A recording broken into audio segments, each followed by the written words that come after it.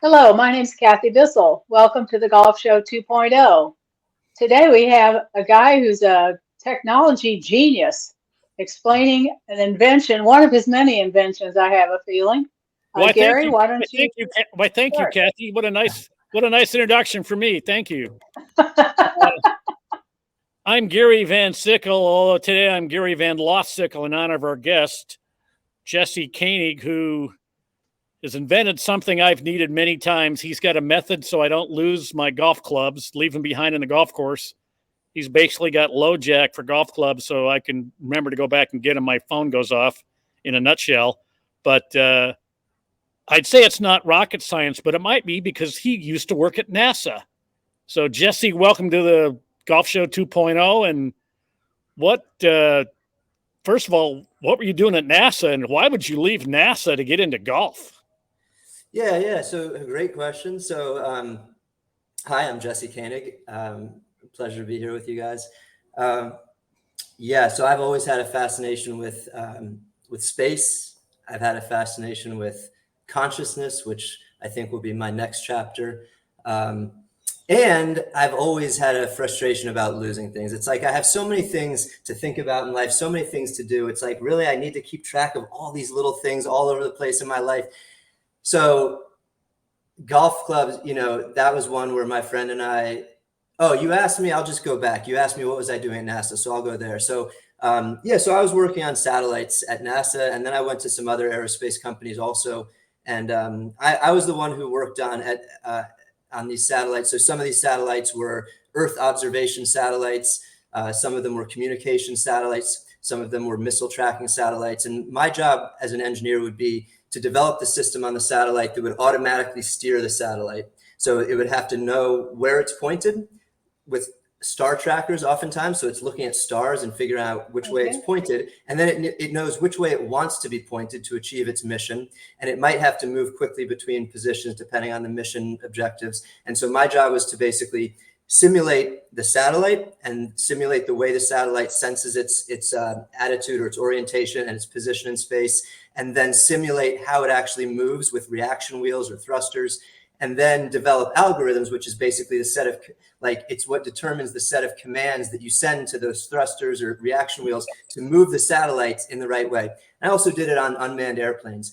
So it's funny because a little of that kind of goes over into the club catcher invention, actually, right? Because part of what we're doing is figuring out the position of the club and figuring out whether it's in or out of the bag. So it does draw on my satellite attitude control systems engineering. I was going to say, compared to that, finding a lost club with club catcher, it's like you're slumming now. I mean, you don't even hardly have to try compared to that. Yeah. Yes and no. Doing club catcher was hard, and in some ways harder than the aerospace job, right? Because the aerospace job, you have one job that's actually very challenging. You have all these other people who have been building these systems for years, and you have to fit your piece into this puzzle. With this, it was there's a lot of things that had never been done before, and so with people who were helping me develop the app or the hardware, it was we were doing something that nobody had ever really tried to do before. And so it was actually, and we had a much smaller team doing it. So there was parts in ways it felt harder, but I guess I would say it's not exactly rocket science. So I moved at a certain point, I moved to San Francisco, and I was a co-founder of an electronics manufacturing company here. And it's still actually somewhat connected to aerospace because it's a company called Tempo Automation here in San Francisco, and it's still there, and it's the biggest customer segment for Tempo is aerospace. And so in a certain way, I was still in aerospace by supporting faster development of electronics for aerospace projects. So we would put more software into the electronics manufacturing process to make it more automated so that big, complicated jobs could get done a lot faster because you didn't have to have as many people programming machines and things. You could have that happen automatically via software. So I did that for a while, about 6.5 years. At a certain point, I decided it had been great. I was ready to do something new. And I had club catcher in the back of my mind. And I'd been thinking about it for a long time. I think it was back in the the year 2009, I think my friend and I were playing golf in San Diego. And, I'm not a good golfer, and we just go out there and have fun and, might have a couple beers and we were leaving. No, not that. Surely not. We were leaving clubs behind a lot. And so one time we were playing in a foursome with a couple of guys we didn't know. And one of us, I forget who, left a club behind. And we're like, again. And the guys, and we had already talked to them and told them we're engineers. He's an aerospace engineer also, Matt Smiley. And the guy's like, well, you guys are engineers. Why don't you just invent something to solve this? And we kind of looked at each other and we were like, yeah, I guess we could try. And we kind of were smiling because we were like, why wouldn't we? I mean, we need it. We're engineers. Let's go and do it. Anyway, so we kind of played around with prototypes back then. And we sponsored a school project at San Diego State University to work on it. And they kind of went down a path that we decided ultimately wasn't going to work, but it got us to the next step. And anyway, then life came along, and I was doing all this other work, and I came up here and I was, co-founder of this electronics company, and like there was no time really for me to do Club Catcher. But when I left Tempo, I decided I'm ready to go. Let's do this, and that was kind of right at the beginning of COVID, actually. So it actually, in a certain way, was an okay time for me to kind of be here, in a place where I was like working, here by myself, and then remotely with software engineers and things who are helping with this, and other kind of electronics firmware engineers, all these kinds of things. But so during COVID, I basically really developed Club Catcher from kind of a rough prototype that would never be really a product into something that was actually a real product that worked really well, that we could market and sell. So yeah, that's the story, I guess. I looked at what I had written before, and there were things you needed, the kind of sensors you needed to create were related to light and horizontal, I guess, versus vertical position. And can you explain the 3 or 4 things that you were trying to get the Club Catcher to sense? Yeah, thanks for asking. I'd love to tell you about that. So, okay. So first of all, like Club Catcher looks like this. It's, here we go. These little units that you screw into the end of your, sorry, I'm having a mirror image issue, into the end of your golf club grip. So basically, step 1 is to screw yourself. Got it. You have a way with words, Gary. I got to get you our copywriter on our instruction manuals. Yeah, I wish I'd put that in the story I wrote about you earlier this year at read.com. Dang it. So and it has Bluetooth, and it has electronics in it with Bluetooth radio. So a lot of people, when I tell them that, they'll say, oh, okay, so if you go out of Bluetooth range, you'll get an alarm, right? Well, no, that would be actually way simpler. That would have been way easier and quicker to develop, but that won't work, right? Because a lot of times, like if your bag is on your cart and you take some clubs off and take your clubs out of your bag, and your partner goes off somewhere else, let's say in the cart, or the cart has to be far away from, let's say, where you're hitting because you can't go on the fairway with the cart. You're going to take your clubs out of Bluetooth range normally a lot of times when you didn't lose them, and you don't want alarms all those times. That would be false alarms. Right. It would just bother you the whole time. So what we had to do instead is something a little bit more challenging, which is figure out for each club unit, it has to actually know when its club is in or out of the bag.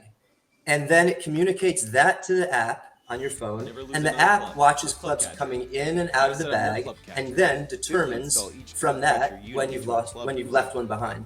And so Kathy, yes, you're exactly right. So the way that we determine whether a club is in or out is with a light sensor, and it's actually a 3-axis accelerometer. And so an accelerometer senses acceleration in 3 angles, just like we have on satellites or airplanes. And what it actually can sense is gravity as an acceleration. It senses the direction of gravity. So since it knows the direction of gravity, it knows its own direction, because you always know gravity is facing down. So you know your direction compared to gravity. And so what it does is we can use it as an angle sensor. So now we have an angle sensor and a light sensor. And so what happens is when you take a club out of the bag, it gets light, and it says, oh, and by the way, when it was in the bag, it was sleeping to save batteries. You take it out of the bag, light hits the light sensor, it wakes up and says, oh, I must be out of the bag now. but it says I must be out of the bag now. But then what happens if you, let's say you put your hand over the end of the grip and over the club unit and you block the light, but it's still out of the bag. Well, it would lose light then. And if you were only using the light sensor, it would say, oh, I must be back in the bag. But in fact, it's not. So we don't want it to get tricked by that. Or let's say you lay it down on the ground, maybe, and maybe you put it so it's like under some grass a little bit or something, shaded somehow so it loses light. Again, we don't want it to be tricked and think it went back into the bag. So in order for it to think it went back in the bag, two things have to happen. It has to lose light. Once it loses light, then it says, okay, now am I actually back in the bag? And so now it goes and checks that angle sensor. And if it's within a certain range, then it says, oh, I actually, an upside down, the club basically being upside down, this is the end of the grip. If it's within this range, it says, oh, I'm actually back in the bag now. Okay. And it sends that signal to the app, says I'm back in the bag. And then after a little bit, it goes to sleep again to save battery. So you're exactly right about angle sensor and light sensor. That's what we figured we needed to do in order to really know whether the club is in or out of the bag. Did you and your friend, of the clubs you left behind, were there any of them? How many of them did you never get back? Did you lose some permanently, like as I have? So for me, I actually never did, honestly. And so it's funny because like a lot of people want to say like, oh, they want to do a calculation. So four club units cost $79 and they kind of want to think about, okay, so how much does my pitching wedge cost? $130? Is it worth it? Which is fine. And however people want to do their own value calculation is fine. For me, though, I actually never, as many times I left them behind, I always ended up going back and finding it. But every time that you realize you've left a club behind, it just kind of messes up your experience. Like it's not as fun anymore. It's just like, oh, you tense up. You're like, okay, now I got to go back and find it. You tell your group, sorry guys, I'm going to go back now. And you're not delaying your group. You're delaying the guys behind you. You're interrupting people. Like as you drive your cart to holes behind you, being like, hey guys, sorry. Have you seen, and I couldn't stand that experience. So for me, it's the peace of mind. It's sort of the like not having to have that experience, which is the real reason that I sort of was passionate, but also some people I know that lose them completely. And by the way, like some people tell me stories of like, they can't find a club. They lost a club and now they don't have one to match the rest of their clubs. And they end up deciding they're going to buy a whole new set. So sometimes you don't realize you left it behind and you go home. That's right. And you don't play golf for 3 days and you go out and you're like, where's my pitching wedge? Yes. And that's when you realize you left it at a club, and people at other courses don't always turn them in, or they do the same. They find a lost club, stick in their bag, forget to turn it in because they forgot about it. They go home and they don't play golf for a week. And when they find it, they go, where'd this come from? They don't even remember. So this solves a lot of problems. And I don't know, you should have a way to put this on like a lot of stuff I own, like Yes. my cell phone and my note. My car key would be helpful. On my car. Would be a good one to. And you could screw that into his arm. That'd be great. There You are could some call it kid catcher. Oh, this is genius. Well, and there are some general purpose like lost item devices, like Tile is one of them, and then Apple recently came out with the AirTags, and those are kind of good for like if you can't find something in your house and you press a button on your phone, it'll beep and then you can kind of go find it. Or they have these networks where if you've left something out on the street, it'll actually send a signal through someone else's phone to tell you where it's located. So those actually work for some kind of general items, but we found that like those actually would not, there's no way to make that actually really take care of the problem for golf clubs. What we need is something, and I'll show you a little demo. I don't know how well you'll be able to see the screen of my phone, but we can try. I'll show you a little demo. Basically, what we need is something that lets you know right at that moment when you come back to your bag.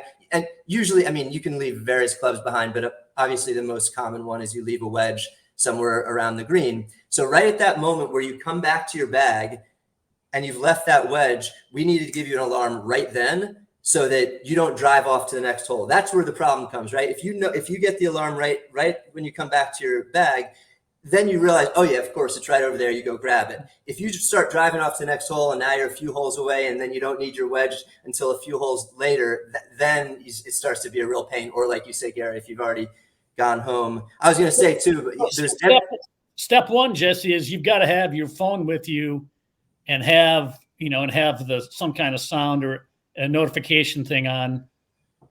that's step one. Without your cell phone, you're not catching clubs. Am I correct?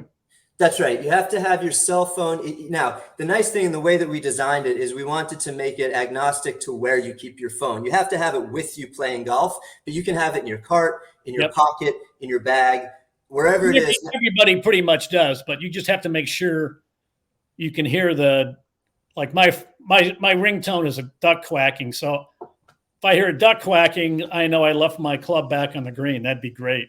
Well, yeah, and I mean, in the app, you can set the sound, you can change the sound, so you can make a unique sound for this app, but you do need to be able to hear it. So you either want to turn your volume on your phone up, or if you wear any kind of smartwatch, you can just have the notification come to your watch.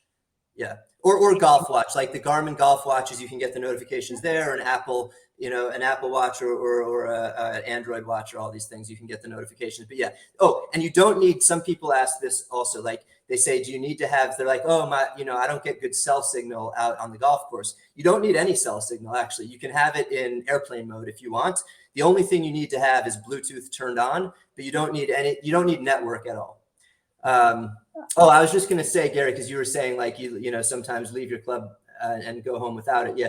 I mean, if you go to, after I started working on this, I would go and look at golf clubs and ask to see their lost and found club area. And there's always like 1 or 2 or 3 big barrels of mostly wedges, of course, that have been sitting there forever. So, and that's just the ones that have been abandoned. So yeah, it's, I like to say, like, since golf was invented at St. Andrews, I'm pretty sure this has been a problem. Well, head covers. I just lost a head cover like a week ago. That's true. People talk about head covers. Get into head covers eventually, because now, granted, you're probably not gonna. You can probably get a head cover for $25. So head covers, and the other one, sufficient. But people, you go to Lost and Found at the golf course. They've got 2 boxes full of head covers and putter covers. Exactly. The irons, but yeah, you need that alert right on the. That's why your product's so good. You need to know right when you left it, so you can go back and get it before you play another 10 holes or something. Before you realize I need my wedge and I don't have time to. I'm gonna have to hit this shot with a different club because I messed up. Exactly. Or my caddy messed up. It can't be my fault. Yeah, exactly. So, all right, I'll try to show you a little demo here again. I don't know how well viewers will be able to see this, but let's just try it. So basically, when you get you open the box of club catcher units, you just screw these into each of the clubs. So a typical box our standard box has 4 club units in it. And that was sort of what we thought is like a good amount, so that you put it in your putter and your wedges. You can buy more. We also sell a 2-pack. We sell a single unit. We do recommend that you put at least one in your putter, and then 1 in any other club you're worried about losing. People say, well, but what if I'm not too worried about losing my putter? And we still recommend you put 1 in there, because the way the system works, right? It's like a lot of times the putter coming back, when you come back to your bag with your putter, that's what gives the system the indication that you should be bringing that wedge back also. So the putter a lot of times acts as a trigger. So if you always keep your phone in your pocket, we can use a different mode, and that's in settings. You can put it in pocket mode. And then in that case, you can use a single unit. You can just put a unit in any one club. And then it is a simpler algorithm. Then it's the one that I talked about in the beginning, where it says, if you take a club out of the bag and then it loses Bluetooth signal, you get an alarm. So it's a simpler algorithm, because it assumes your phone is always with you. But if your phone is not always with you, we cannot use that. And then we say, then standard mode really works the best. So for most people, just use standard mode. You don't have to think about it then. Just make sure you have 1 in your putter, and then you can have them in any other clubs that you want to protect. So I'm going to try showing you a little demo. So right now I have 4 clubs registered, and they all say in. So I have the putter, the 9-iron, the pitching wedge, and the sand wedge right now. And then just to show you kind of how easy it is to register a club, I'm going to unregister the putter there. So I'm going to hit putter, and I'm going to go unregister at the bottom. Now I only have 3 registered. Okay, so super easy to register a club. All you do is you say register another club at the bottom there, and it says remove a club. It says remove one unregistered club from your bag. If it does not appear here, hold the club up to light or shine your phone's flashlight on it. So this is meant to operate in outdoor light. So you do need to have light for it to operate. You know, it sounds like even people over 50 might be able to figure this out. That's how easy it is. We love people over 50. I'm over 50, believe it or not, and I need some technology. That's why this product's so cool. Yeah. We have a lot of golfers who may or may not be over 50 in Florida buying this, actually. So now there's only 3. Do not ask Kathy if she's over 50. I wouldn't dream of it. Okay. So now, by the way, if I do say play right now, it gives me a warning, and it says for proper functionality, standard mode requires club catcher devices in your putter plus at least one other club. And right now, since putter's not registered, it's giving you a warning, and then you can choose either standard mode, which we say, hey, it might not work great, or pocket mode, or cancel. So I'm going to say cancel, and then I'm just going to go and register another club. Whoop, here we go. And then I'm going to pull the putter out, and you can see now there's an unregistered club out. If you can see the screen, that's that red one. So that's the putter. So now I click on that, and then I get a list of names that I can choose, and I just choose putter, or you can give it your own. You can type in your own name if you want. Like Billy Baru. You can, Gary, we did that for you to let creative people name their clubs whatever they want and say register. Billy. Now we have all 4, and now I can say play. Okay. Now, so now what happens is if I take out so I'll take out my sand wedge, and you can see the sand wedge is out now, and there's a removal timer counting down. And the removal timer, it's like it gives you a chance to select your clubs. So if let's say I take out the sand wedge and I take out the pitching wedge. Okay, so it shows them both out now, and the removal timer is counting down. If I put one of those back while the removal timer is counting down, okay, I just put one back, and now it says, okay, it's not going to give an alarm now, because it says, okay, what just happened is you thought you were going to use one club maybe, or you thought you needed 2 clubs, you changed your mind, and it just is basically giving you a chance to select your clubs. Whatever you do during the removal timer, it basically says, go ahead, put as many in and out as you want. You're choosing your clubs. Once the removal timer is expired, though, so let's do that. So I'm going to take out, or I'll take out what do I have? Sand wedge and putter now. So I got my sand wedge and my putter out now, and the removal timer is counting down. And so now we're going to let it count down. Put my clubs over there. We're going to let it count down. So now removal timer is now at 0. So now the app says, okay, you've chosen your clubs. You're out there. You've gone off and you're hitting, or what you're doing with your clubs. Take as long as you want with that. Like, there's no time limit. They can go out of Bluetooth range, no problem. But then what happens, and we're going to just do the very typical scenario here, where we're going to leave the sand wedge behind, and I'm going to bring back the putter.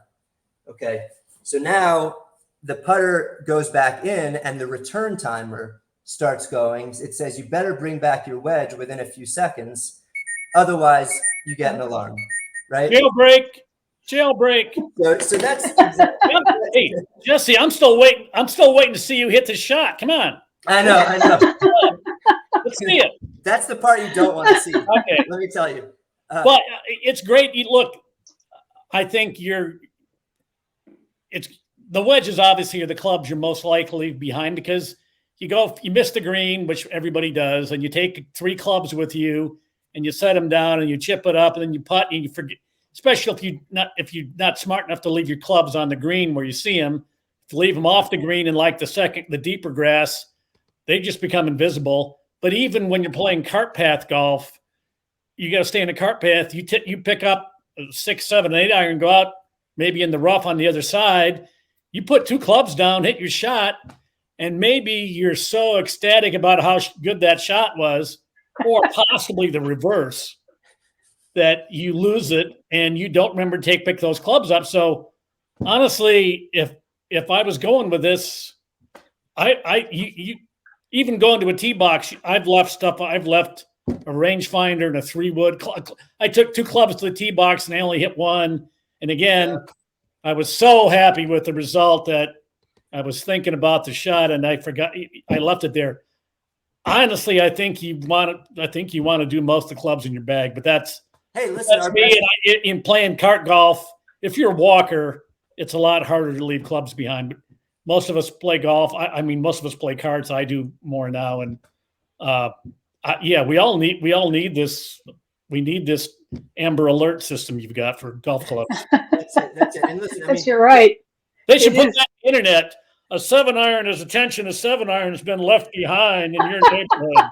Please be on the lookout. It's a Titleist T200. That's right. Grip.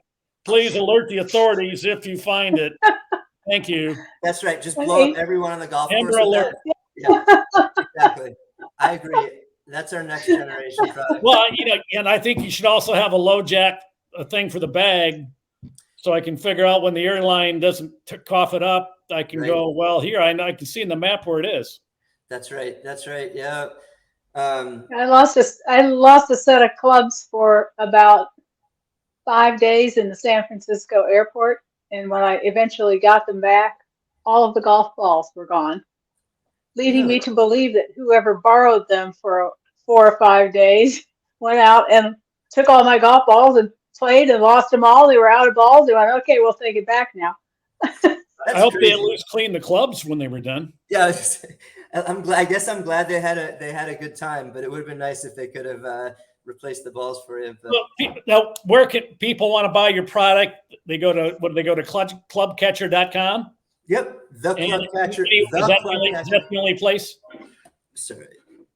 Are you available in any retail stores? We're in a couple little local retail stores, but we haven't really gone much into brick and mortar. Mostly, really, it's we're on theclubcatcher.com. Make sure you put the there. If you don't, it's like I would have gotten just clubcatcher.com, but it's some person who takes pictures of people at nightclubs. So so that's clubcatcher.com. So go to theclubcatcher.com. So I think that's probably the best and easiest way to buy it. Or you can go to Amazon. We are selling it on Amazon. The Amazon sort of search algorithm on there is a little weird. So like sometimes if you put Clubcatcher, it doesn't come right up. If you put Clubcatcher Golf or Clubcatcher 4-pack, it'll come right up on Amazon. We're also on Walmart.com. We're going to be on Target soon. So yeah, but yeah, I would say most people buy either from theclubcatcher.com or from Amazon. Who's the biggest celebrity that you know of who has one of your sensors in the bag? I'm hoping you guys can introduce me to a celebrity who's going to do it. I don't have that yet. Well, me and Dwayne Johnson, The Rock, are pretty tight. I would love it. I haven't found it yet. It's one of these things where I think it's like it's probably not a big pain point for pros as much. You know what I mean? But yeah, I'd love it. I mean, I'm sure there's some guys out there who know the pain of it, and I'd love to have sort of like a face of Clubcatcher be someone. Doesn't even need to be like someone who's at the top right now. It could be someone who's I don't know, retired or anything, or someone who's coming up. Maybe somebody who's about to retire, like I don't know, Tom Brady would be good. That would be fine. That would work. That could be pretty soon too. Say what? That could be pretty soon. His retirement. Like there you go. I'll take it. A week or two, I'm guessing. Just send me over to Tom and we'll chat. So hey Gary, time for the shameless plug. Shameless plug. Thank you. Subscribe now. It's free. Hitting the subscribe button does nothing. You will not receive emails. It just signs you up. So maybe in the hope that someday we get enough viewers to make that 17-cent threshold of profit that we're hoping for. And if you would click like, that would also be helpful. Like us, subscribe to us. Don't make me use hypnosis. You will like us. You will subscribe. You're feeling very drowsy, Jesse. So do that. And Jesse, tell us, you got a great story about San Francisco and the sights and sounds. Tell us about autumn in San Francisco and your recent outing there. Oh yeah, autumn in San Francisco. Yeah, the sun's getting a little lower in the sky, but it's still beautiful. Blue skies today.